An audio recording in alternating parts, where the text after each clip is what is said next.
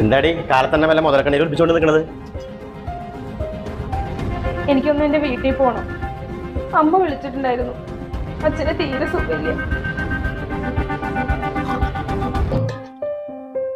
അച്ഛൻ ചാകാൻ കിടക്കുന്നല്ലോ, തിരക്കിട്ട് പോവാൻ.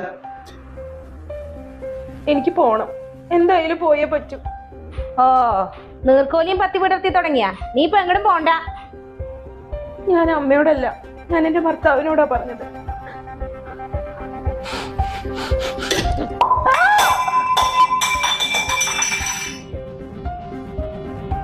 നീ എന്റെ അമ്മേനെ ധിക്കരിക്കാറായി.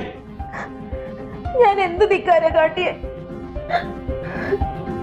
മിണ്ടി പോകരുത് ഒരുമ്പട്ടോളെ. ഞാൻ പറയണത് കേട്ടനുസരിച്ച് നിൽക്കാമെങ്കിൽ മാത്രം നീ ഇവിടെ നിന്നാ മതി, അല്ലെങ്കിൽ നീ എവിടേക്കാച്ച പോയിക്കോ. പിന്നെ ഈ പാട്ടി കയറി പോകരുത്. എനിക്കറിയണം ഞാൻ എന്ത് തെറ്റാ ചെയ്തതെന്ന്.